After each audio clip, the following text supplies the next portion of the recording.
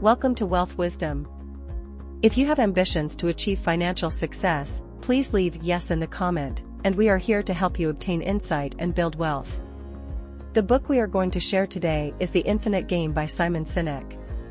Discover the secrets to a long-lasting and successful business. When considering how well a business is doing, a lot of attention is given to stock prices. An endless parade of Wall Street analysts appear in the media telling people when to buy and when to sell, but what this is really all about is how much money a shareholder can make. It does very little good for the health of the companies involved. The strength of a company isn't decided solely on the day's stock price. If a CEO is focused solely on share price and making shareholders happy, she's not working in her company's best interest. Leaders need to have their eyes on the future and making bigger plans come to fruition.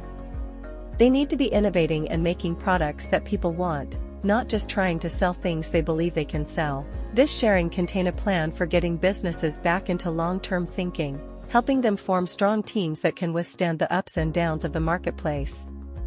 In this sharing, you'll find what the 5 practices of an infinite mindset are, how Microsoft's deviations from its guiding principles hurt business, and how a Nobel Prize-winning economist has hurt capitalism. Before we continue, if you are interested in this topic, please consider subscribing and give us a thumb up. Let's continue. The business world is not a finite game, so business leaders need to adopt an infinite mindset. When you play sports, there are a lot of rules to abide by. Some of the most important rules are that everyone playing the game agrees on when it starts and stops, how to score a point, and that the deciding factor on who wins is who has the most points at the end. This is what's known as a finite game. Contrary to what many people think, business is not a finite game. There are no start and stop times that all players agree upon. And while there are certain legal rules that all businesses are told to follow, what the players do within those rules is up to them. The business world is, in fact, an infinite game. There's no fixed time frame and no agreed-upon way of keeping score. Since there is no possibility of winning, the goal of an infinite game is to stay in the game for as long as possible. It may sound blasphemous, but profit and revenue are not the only signs of business strength. In fact, it can be truly detrimental to look at revenue and profits as being the sole decider of success. After all, today's high profits will mean nothing if you're not strong enough to weather tomorrow's challenges. This is why business leaders need to think in terms of an infinite game. They should build something that's not designed to win, but rather to last for generations to come. When your business plan is focused on short-term goals, like getting the best possible earnings for the next quarterly report, you're bound to get a kind of tunnel vision that ignores what's really important, like being innovative and creating the best product or service that people want. These things are far more important than getting the most market share or getting the most money to your shareholders. Consider Microsoft's original guiding principle. As Bill Gates put it, he wanted his company to empower every person and every organization on the planet to achieve more. This definitely falls under the infinite mindset. However, in the early 2000s, under the finite-minded leadership of former CEO Steve Ballmer, Microsoft became focused on beating Apple and winning more market share, to the detriment of its reputation. Microsoft chased after Apple with devices such as the Zune, for example, which was designed to compete in the marketplace created by the iPod. As a result, the company became less known for its innovative and empowering products, while Apple became known for creating entirely new markets. There are 5 keys to playing the infinite game, and the first is having an inspirational just cause. A good player in the infinite game is Victorinox, the company that makes the Swiss Army knife. For a long time, the Swiss Army knife was a popular multi-purpose tool, but following the events of 9/11, it was banned from airline carry-on luggage and sales plummeted. Prior to 9/11, Swiss Army knives accounted for 95% of sales at Victorinox, but as CEO Carl Elsener explained, any long-lasting business will experience multiple ups and downs. So instead of thinking short-term, he says, we think in generations. Victorinox boldly branched into new markets such as fragrances, travel gear, and watches.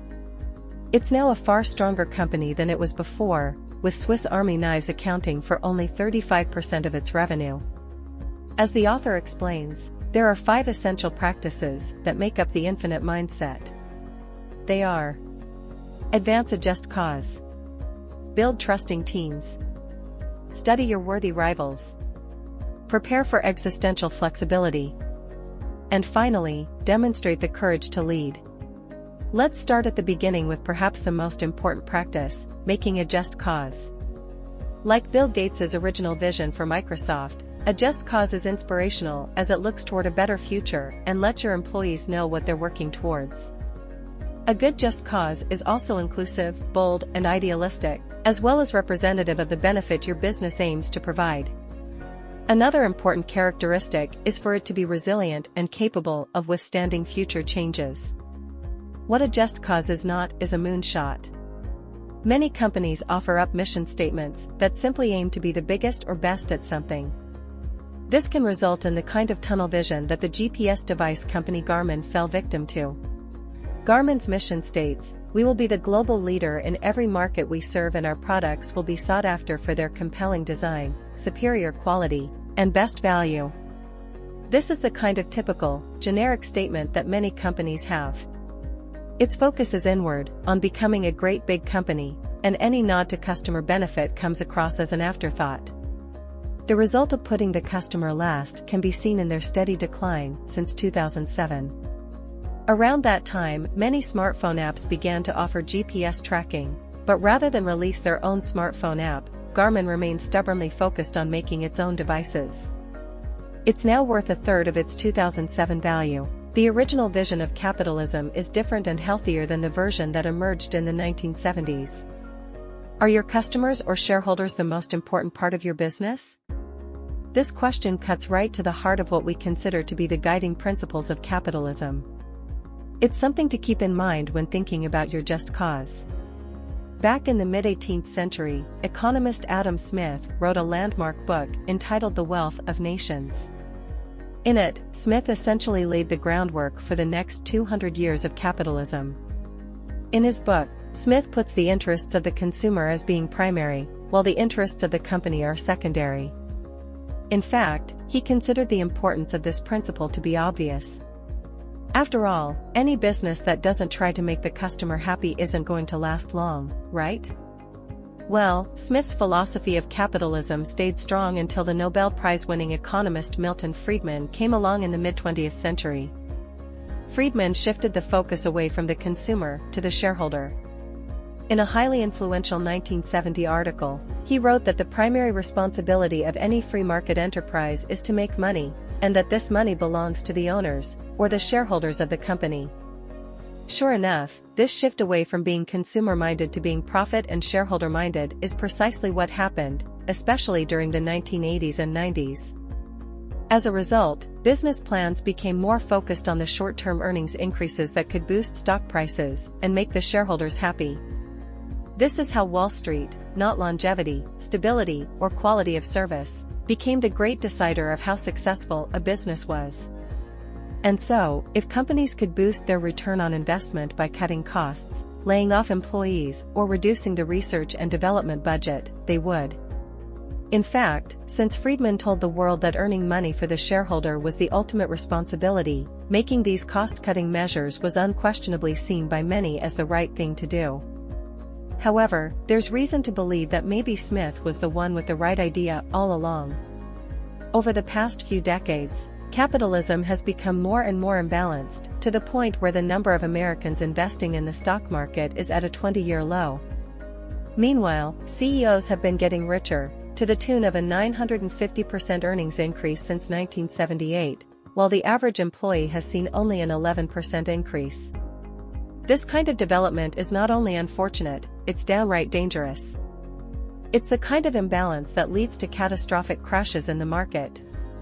A strong leader will put the will of their employees before earnings. Milton Friedman's shareholder-centric ideas about capitalism have become so accepted that defying this concept can seem practically irresponsible. Nevertheless, if you judge success by longevity, which is how success within the infinite game of business should be judged, then you need to focus not on short-term earnings, but on the will of the people who want to support your company. One of the main purposes of a strong, inspirational, forward-thinking just cause is to draw people into your vision for the future. However, human beings are very good at sniffing out a dishonest message, so along with respecting your customers, you also need to respect those employees who do join your cause. It's vital that they'll stick around as well.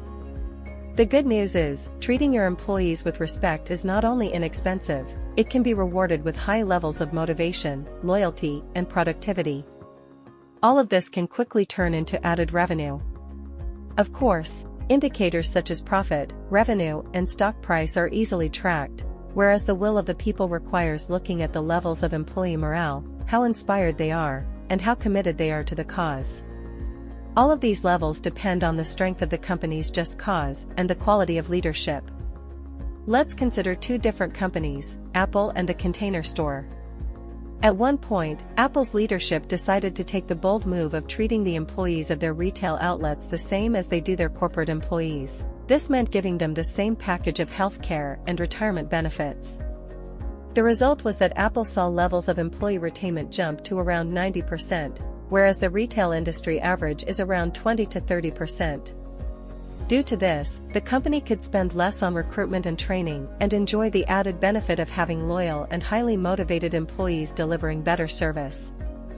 And what about the Container Store, which sells organization and storage products? When the 2008 recession hit, they were not immune. They needed to find a way of cutting costs. But the company's infinite-minded leaders decided to put their employees first, and rather than laying off anyone, they proposed a temporary but indefinite freeze on salaries and 401(k) matches. Leadership was worried about what the response would be. They shouldn't have. It turned out the employees not only understood the decision, they would also take it upon themselves to find more ways to reduce costs by paying for their own expenses when traveling. Respecting the will of the people pays off after all. Creating a culture of trust will lead to better business practices and more ethical conduct. When the almighty dollar becomes the main focus of a business, it not only leads to an uninspiring just cause, it leads to distrust and even unethical business practices. Both of these can greatly reduce business longevity. In companies where employees feel a lack of trust, accidents and poor performance are bound to arise. This is due to the simple reason that no one will feel comfortable enough to speak up when mistakes happen or when someone is unsure about what to do. This was precisely the case at the Ford Motor Company prior to 2006, when new CEO Alan Mulally was brought on board. He quickly discovered that the previous CEO had a habit of berating and even firing people who brought bad news to his attention. Naturally, Ford employees made it their habit to only bring good news to meetings. Mulally knew that things would only get worse if he didn't find a way to turn this culture of distrust around. So he started weekly business plan meetings and encouraged everyone to bring bad news to the table. Eventually, one employee felt safe enough to do so, and, much to the employee's relief, Mulally celebrated the news with a round of applause. As he put it, just because someone has a problem doesn't mean they are the problem. Having regular meetings where people are encouraged to share their concerns is just one way to build what the author calls trusting teams. It all starts with just one meeting room, or in the case of the Shell Oil Company, one oil rig. At their first trust meeting, Shell employees were gathered together in circles to simply talk about their lives. While oil rigs are generally thought of as masculine places where touchy-feely emotions are brushed aside, the meetings were a huge success in forming bonds and establishing trust. When they spread company-wide, the overall accident rate reduced by 84%. Ultimately, a culture of trust requires that the company's values and behavior are aligned first and foremost with the people, and not profit. Otherwise, a culture of unethical behavior can quickly take over. Such was the case at the banking company Wells Fargo. Between 2011 and 2016, over 3 million fake bank accounts were created by employees throughout the organization. An investigation showed that CEO John Stumpf knew of this practice as early as 2002. He'd helped create such an untrustworthy, high-pressure sales culture that employees felt they would be at risk of getting fired if they didn't resort to such unethical practices. Be motivated by worthy rivals, and make a bold change of course when the time is right. If you're a sports fan, you probably know the benefit of having a worthy rival. When you're playing against an opponent with superior skills, you appreciate how he forces you to raise your own skill level and learn new techniques. While this healthy attitude is commonplace in sports, it can also be found at infinite-minded businesses. In 2006, when Alan Mulally took over as CEO, the Ford Motor Company had spent the past 15 years losing 25% market share. The recovery strategy Mulally was given involved increasing sales promotions and cutting costs, a very finite-minded strategy. Mulally had no intention of chasing market shares. Rather, he wanted senior management to start driving cars made by Toyota and Lexus. He wanted the managers to study these rivals, learn from them, and find out why people preferred these cars over a Ford. Mulally didn't want to put other car companies out of business either, especially when the 2008 recession hit. At the time, Ford was in a stable financial position and didn't need government bailout money like GM and Chrysler. But he knew that the vendors and suppliers Ford relied on could go out of business if big clients like GM were to collapse, so Mulally supported the efforts to help his rivals. Sometimes, learning from your rivals means going further than just taking a few tips and tricks. Sometimes, it means performing an existential flex. This is essentially a self-prescribed change of course, or self-disruption, and it can be one of the toughest things for a finite-minded business to do. In 1979, Apple's Steve Jobs saw the new graphical user interface, GUI, technology Xerox had been working on, and it caused him to immediately change Apple's plans. GUI introduced the point-and-click mouse cursor as well as the desktop and the icons for desktop folders. It didn't require a user to know any computer language to operate her device. Apple's just cause was to make computers an empowering tool for as many people as possible, so it was obvious to Jobs that Apple's new computers should have GUI. So, despite warnings that such a drastic change of course would blow up the company, Jobs knew it was the right thing to do. So, 4 years later, the first Macintosh was born. It would be another 4 years after that before Microsoft's similar Windows 2.0 interface was released. It can take courage and bold decisions to follow an infinite mindset. As you may have gathered, a strong just cause should advance a purpose that is bigger than any one person and is about more than money. In this respect, a just cause can help guide a leader to do the right things that advance the cause. However, it still takes courage to lead, which is the last of the 5 practices of the infinite game. Demonstrating courage to lead is essential as it shows commitment to the cause, and therefore sets an example for the rest of the company to follow. But for some leaders, this can be a steep challenge. Part of the problem is that CEOs are often hired from within the organization from people who served as Chief Operating Officer, COO, or Chief Financial Officer, CFO. In these positions, the day-to-day concerns are much more finite. A CFO constantly deals with numbers on a balance sheet and a COO deals with the everyday organizational challenges. Neither of these positions prepare a person to deal with the responsibilities of a CEO. And what exactly are the responsibilities of a CEO? Perhaps a better way to think of this job is as the Chief Visionary Officer, since the main responsibility should be the guardian and voice of the company's just cause. When you think of your role in this way, it can ensure that you and your choices stay focused on the infinite game. Let's see what these kinds of courageous choices look like in action. First, consider the decision CVS Caremark made in February 2014. The long-running drugstore and pharmacy chain chose to stop selling cigarettes, even though it was being predicted that such a move could cost the company around $2 billion in revenue. However, the move was completely in line with the company's just cause, which is to help people on their path to better health. While there was a 1% drop in the stock price on the day of the announcement, a year and a half later, the price had doubled to a record high. In fact, stockholders received a 70% increase on their earnings per share over the next 3 years. After CVS stopped selling cigarettes, sales in nicotine gum and patches went up, and CVS had started doing business with new health-minded vendors, who had previously avoided them. When you demonstrate the courage to lead, you're completing the circle of the infinite game, that starts with a just cause, continues through the building of trusting teams and openness, to worthy rivals and existential flexing. The result is long-lasting success. That's the end of today's sharing.